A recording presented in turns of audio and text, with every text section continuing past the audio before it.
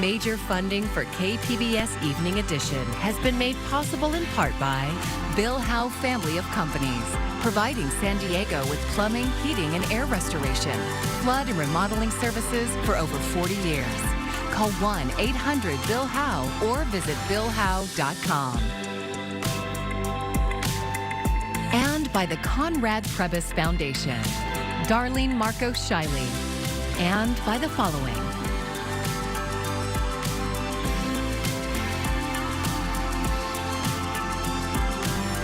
And by viewers like you. Thank you.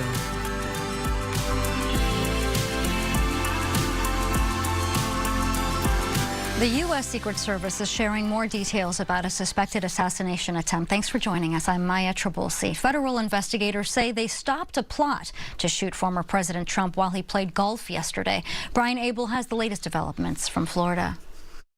We view this as extremely serious and are determined to provide answers as to what led up to the events which took place. Leadership from the FBI, Secret Service, and other federal agencies assuring the public and the former president that they will bring an apparent attempted assassination suspect to justice. Ryan Wesley Routh is accused of taking position with a rifle outside a fence along Trump's West Palm Beach golf course Sunday, where Mr. Trump was playing. The subject, who did not have line of sight to the former president, fled the scene. He did not fire or get off any shots. Keep walking! Ralph didn't get far, captured along an interstate a short time later. Our FBI agents then attempted to interview him, and he invoked his right to an attorney. Ralph was officially charged Monday with 2 federal counts, including possession of a firearm while a convicted felon and for having a weapon with an obliterated serial number. Authorities say he has a lengthy criminal history in North Carolina and on social media is an outspoken Trump critic and a fervent supporter of Ukraine. We are going through what he posted and any searches he conducted online. Agents are also analyzing the rifle, backpacks, and other items left at the scene. DNA has also been collected from those items, which are being sent to Quantico for testing. Still to be determined, did Ralph act alone? If he's part of a conspiracy, then this whole thing really takes on a very ominous tone. In West Palm Beach, Florida, I'm Brian Abel reporting. And following the apparent assassination attempt, local Republicans are condemning all forms of political violence. Our media partner, KGTV, spoke with the chairman of the Republican Party of San Diego, Corey Gustafson. He's calling for more protection for former President Trump following yesterday's attack and another shooting at a rally in July. Gustafson says political rhetoric may also be a factor. But we can't let this become a new normal in America. That would be my number one thing to urge everybody. Just because this happened 2 months ago doesn't mean that this should be happening every month. We need to stand up to these folks and say that political violence is not acceptable in America, and we have to make sure that both sides of the aisle understand that there's repercussions for what they say. Local Republicans are calling for increased security for President Biden as well. Meanwhile, the state attorney for Palm Beach says it may be difficult to charge the suspect with a crime against former President Trump specifically. He says the 300 to 500-yard distance between the two may be too far for the court to be certain he was aiming his rifle at Trump. We're tracking low clouds as we head into tonight, lows dropping down to the mid-60s. Now, we are still talking about those low clouds late at night and early in the day, though overall temperatures a big change here from just last week and the previous weeks. We are running well below the historical average temperatures for our highs. We'll tell you how highs play out here throughout the rest of the week. Most of California's foster family agencies are about to lose their insurance. Almost 9,000 children could be taken from their homes as early as next month. KPBS reporter Katie Hyson looked into the looming crisis. Foster family agencies, or FFAs, usually care for children considered high risk, like those who are older or medically fragile. They often offer 24/7 support and medical coordination. Statewide, 90% of them are backed by the same insurer, Nonprofits Insurance Alliance of California, or NIAC. And last month, NIAC announced they won't be insuring FFAs anymore. They say it's too expensive. That's because in 2019, state law expanded the ability to sue for childhood sexual assault. The insurer says they can't afford more lawsuits and higher settlements. Yeah, I mean, it's a huge crisis. Yeah. We need to really alert everyone about it. Sue Evans leads an FFA in Southern California. She says over 35 years of working in child welfare, she's never seen a situation this serious. This is a crisis for our children and young people. If we have to close our foster family agencies, it will leave a huge gap. There is nowhere else for these young people to go. FFAs can't legally operate without insurance. The children would have to be placed in the county system, but many counties don't have enough homes or caseworkers to take them and aren't prepared for the kinds of high-needs children FFAs serve. Children like Michelle's in San Diego. It's been really wonderful and joyful. The kids have all been just fantastic. We're using just her first name to protect the 4 children currently in her home. One just arrived the day before. After seeing the crisis in Syria on the news, Michelle and her husband began taking in unaccompanied refugee children through an FFA. We kept having the thought, if there was no place else for them to go, they could come to our house. In many ways, they're regular kids. They've got friends here now. They play on sports teams. We talk a lot about kind of faith and what do you think about this and what do you think about that, and growing up and dating and homework, and maybe my favorite part is going on vacation. But they've also gone through trauma most children haven't. We have kids who have been trafficked. We have kids who have been tortured. We have kids that have escaped their home countries in order to avoid becoming child soldiers. We have kids who have come home one day to find their entire families and really their entire villages murdered by soldiers. As trauma goes, some people seem to sort of bounce back from these experiences, and some people, it clings on them in really heavy ways. It takes time to earn these children's trust and create new stability. We tell them, hey, we will never be able to replace your biological parents, but we will do the best that we can. You don't have to love us back, but we'll do the best that we can to love you. And the expectation is that they'll get to stay here until they grow up, that they'll get to decide when they're ready to leave. This summer, NIAC drastically lowered coverage for homes with pools. So Michelle demolished hers, but it might not matter. NIAC is not renewing her FFA's insurance. Her family could pay the unintended price of a well-meaning law. I feel like we made a promise to protect them. And it's really scary to think they could just be whisked out of our hands. I just keep picturing somebody walking up to my door and having to tell our kids, okay, bye. It was nice knowing you. She and her husband have been praying a lot these last few weeks. She says they aren't up against any one person's bad intentions, but a system that isn't nuanced enough. We're dealing with the law here. And laws are clunky. There are real individual children involved in this situation. You can't just stick them in any available slot. It's not a hotel.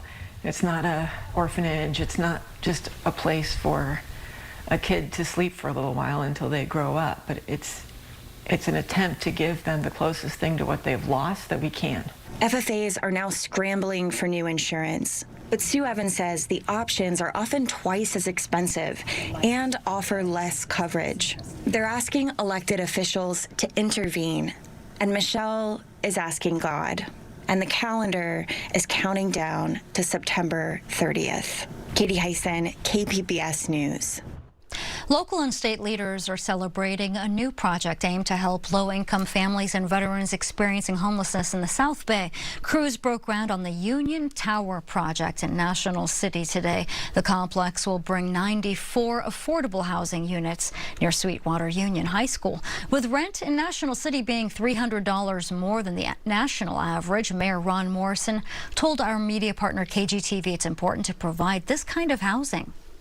It provides for our families here. I mean, it's hard to make ends meet. National City has the lowest rental rates in the county, but still, rents are outrageous for families. And so this is the thing that's going to make these kind of projects what's going to make the difference. Construction is expected to be completed by spring of 2026. The city's also nearing completion of another affordable housing complex near City Hall. That is expected to be finished by the end of the year. The San Diego County Board of Supervisors has adopted a new climate action plan. KPBS Metro reporter Andrew Bowen says it aims to steer growth away from car-dependent communities. Two previous climate action plans from the county government were thrown out in court for being unenforceable. The new plan includes strategies like improving the energy efficiency of buildings, planting more trees, and discouraging development in wildfire zones and areas where people have to drive a lot and have a higher carbon footprint. Supervisor Nora Vargas says her constituents in the South Bay will experience some of the worst impacts from climate change.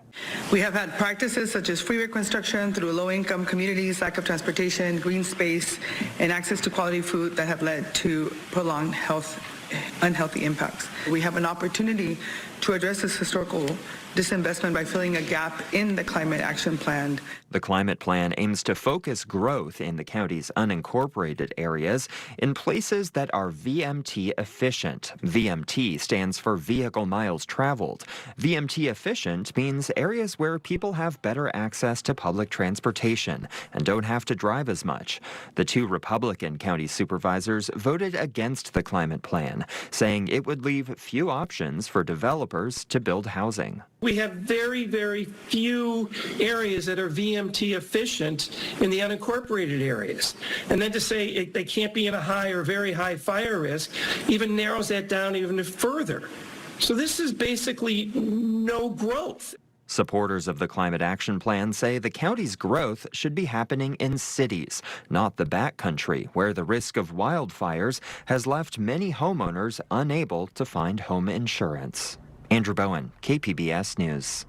It's been 85 years since a black couple rented, then sold their house to a Chinese-American family in Coronado when no one else would. KPBS reporter Katie Hyson says now the children and grandchildren of those families are coming together to celebrate the legacy of that kindness.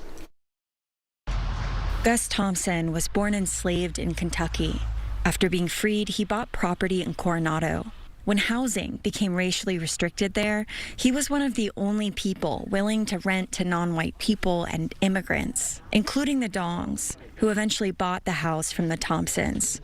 Now, their sons are selling the house and donating $5 million of the proceeds to the Black Resource Center at San Diego State University. The Thompsons gave my parents the ability to make the American dream a house. Lauren Few is Gus Thompson's great-granddaughter. She hopes the story will inspire others to pay it forward. Everything can't be $1 million paid forward, but just do something nice for somebody without expecting anything. Or if something is done for you, whether it's mentoring somebody or just a kind word. The Dongs' donation earned them naming rights to the center. They chose to name it after Gus and Emma Thompson. The two families say the world is ready for more of the Thompson Dong spirit. Katie Hyson, KPBS News. After another apparent assassination attempt on former President Donald Trump this weekend, it's clear there are divisions in our democracy. And it's because of these long brewing divisions, KPBS is today launching a new project called Public Matters. We will explore how we engage over politics and how government impacts our lives. We will talk about democracy and threats to it. KPBS's Public Matters reporter Amita Sharma explored these ideas with one of our partners on the project, Voice of San Diego's CEO, Scott Lewis.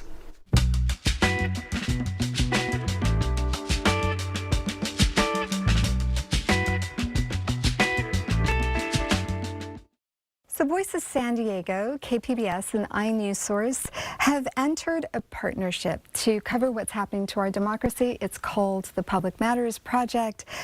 What are your hopes for it? Well, I think that there is a lot that goes into making this community the way that it is, and a lot of that is super complex. And I think that creates this distance between the vast majority of people in San Diego and the people who run things.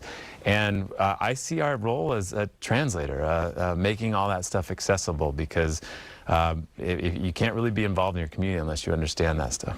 Scott, you and I met on election night a very long time ago. Yeah. At the time, the local news landscape looked very differently. The San Diego Union Tribune was flush with reporters. They had bureaus across the county. Commercial TV stations had reporters at every big news story. We're in the midst of a high-stakes presidential election. We're in campaign season locally, also very important. How would you describe the state of local journalism today? Well, there has been a massive and painful contraction of the resources and the number of people involved in local journalism, involved in telling stories and explaining and deciphering all that's happening in public affairs. Now, some of it is natural, right? We don't need people who just take information from one source and give it to the other, because the machines can do that. There's a lot of information available online and directly from the source. What we still need, though, and what we're losing too fast, are the people who find out what leaders don't want to say or make sense of what they do want to say. And I think that that's the scary part, and that's what we've all worked to try to replace or try to grow in a different way. I think that that we are at a moment, a big moment for the nation and for San Diego. I think our housing crisis, our cost of living crisis, our homelessness crisis, all of the issues that go along with law enforcement and the environment and in San Diego, those are big issues that we need a lot of leadership on. And these are the moments where we get to watch the kind of bolts come apart in the universe and peer in and make a difference before it settles back together and continues cooking.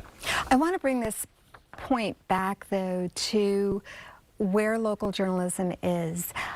I know that even in the past 5 years, I've seen such a shrinkage of political coverage, especially during campaign season, to the point where if I were an average citizen, I don't know that it would be clear to me, even if I read a daily newspaper, exactly where a candidate stood on all the big issues that you just mentioned. That's the part that worries me. How worried are you? I think that the real place you see this play out is in mailers. Mailers fill our mailboxes the moment ballots come out, and they take little snippets of information that you and I report or that other people put out, and they twist it and exaggerate it or put it into context in a way to inflame people's passions about the candidates.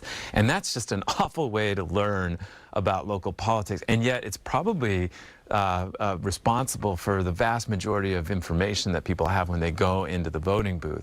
And that is not great, and that's scary. On the other hand, I think that the people who want to know, they do have access to that information. What we've got to do is build that bridge, right? Make sure it's accessible. Everybody's news information system right now is coming through feeds, and we got to make sure that we're in those feeds along with the random TikTok guy or the social media influencer, and we got to be there and be present and make sure that people have access to great information as easy as the bad information comes to them. I want to close this out, though, with the topic that we started this discussion with, and that is democracy.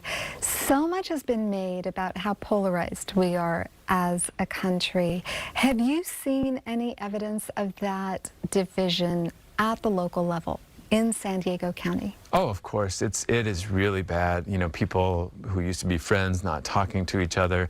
Now, I think we need to keep this in context. You know, back in the early part of the 20th century, there was regular political violence, bombings, and we're not in that world right now. But we are at a moment where people are living in different realities. Local, we're able to get through that because local is right here. You can see a pothole, you can go to a school, you can see a fire. And I think that gives us the opportunity to create bonds between people who are in different realities better than they can nationally, but it's still a major challenge. Scott Lewis, thank you so much for speaking to me today. Anytime, thanks. And again, Public Matters launches across platforms starting today. To explore all of the stories and sign up for updates, you can visit kpbs.org/publicmatters.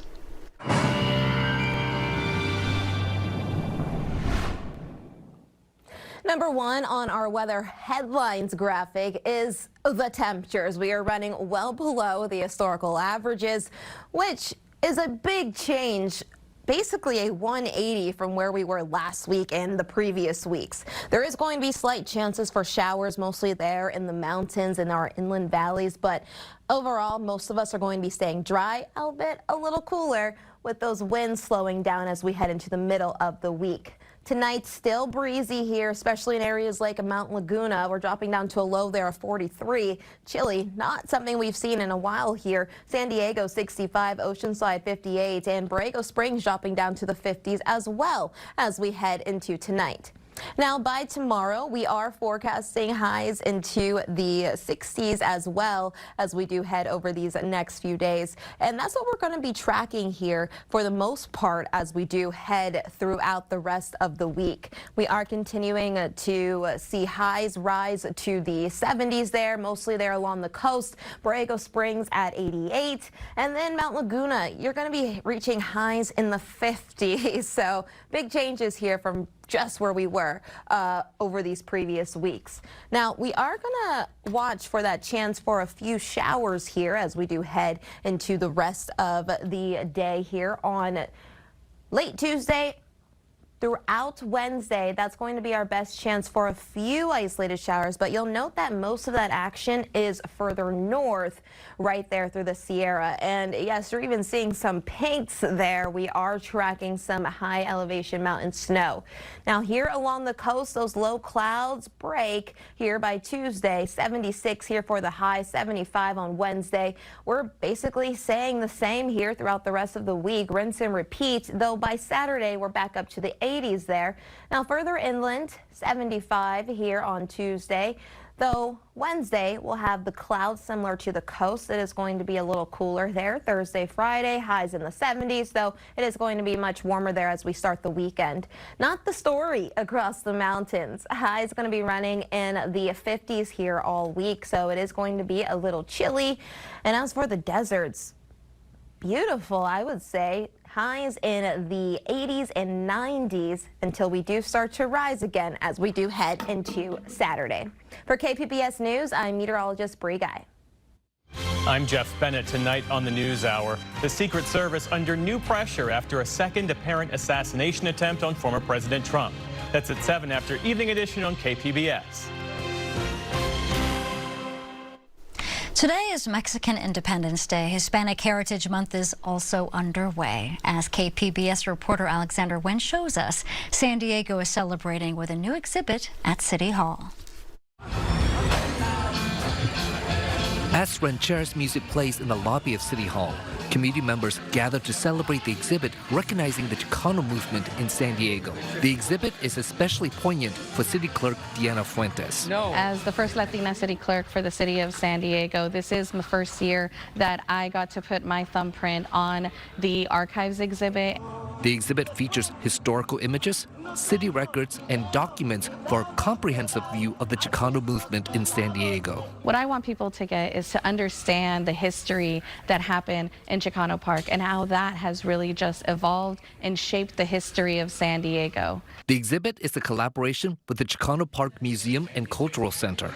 As you walk through the exhibit, there are colorful replicas of the murals on the freeway pillars at Chicano Park and documents recording the park's history. So if you start from here down, it's the entire timeline of Chicano Park from the beginning, the state awarding the land lease near the bridge. Alberto Polito from the Chicano Park Museum says the exhibit is important to show the history of Logan Heights, which is rarely talked about. People don't know that Logan Heights is the first neighborhood of this region. Logan Heights went through major changes through the arrival of Interstate 5 and the arrival of the Coronado Bay Bridge. It was rezoned into an industrial zone, so a neighborhood of 20,000 people vanished. Polito says that devastated the community, dividing Logan Heights from one community into two. That's how Barrio Logan came to be. Councilmember Vivian Moreno, who represents the neighborhood, says that history is recorded on the murals at Chicano Park. The vibrant murals painted on the freeway's pillars and walls depicts powerful images of social justice, resistance, and pride, reflecting the community's fight for civil rights and its deep connection to the land. Inside the exhibit, there is an interactive installation telling the story of the impact of the Chicano movement in San Diego. Afterward, visitors are asked to reflect on what they would have done in the Chicano movement era and leave a note on the decision tree, which will become a part of the exhibit that's running through October 18th. Alexander Nguyen, KPBS News. And here's a look at what we're working on for tomorrow in the KPBS newsroom. NPR's Morning Edition is covering the presidential election with a focus on the swing state of Georgia. And KPBS Midday Edition is discussing dual immersion programs and bilingual education. And you can find tonight's stories on our website, kpbs.org. Thanks for joining us. I'm Maya Tribulsi. Have a great evening. Major funding for KPBS Evening Edition has been made possible in part by Bill Howe Family of Companies, providing San Diego with plumbing, heating, and air restoration, flood and remodeling services for over 40 years. Call 1-800-BILL-HOWE or visit BillHowe.com. And by the Conrad Prebys Foundation, Darlene Marco Shiley, and by the following.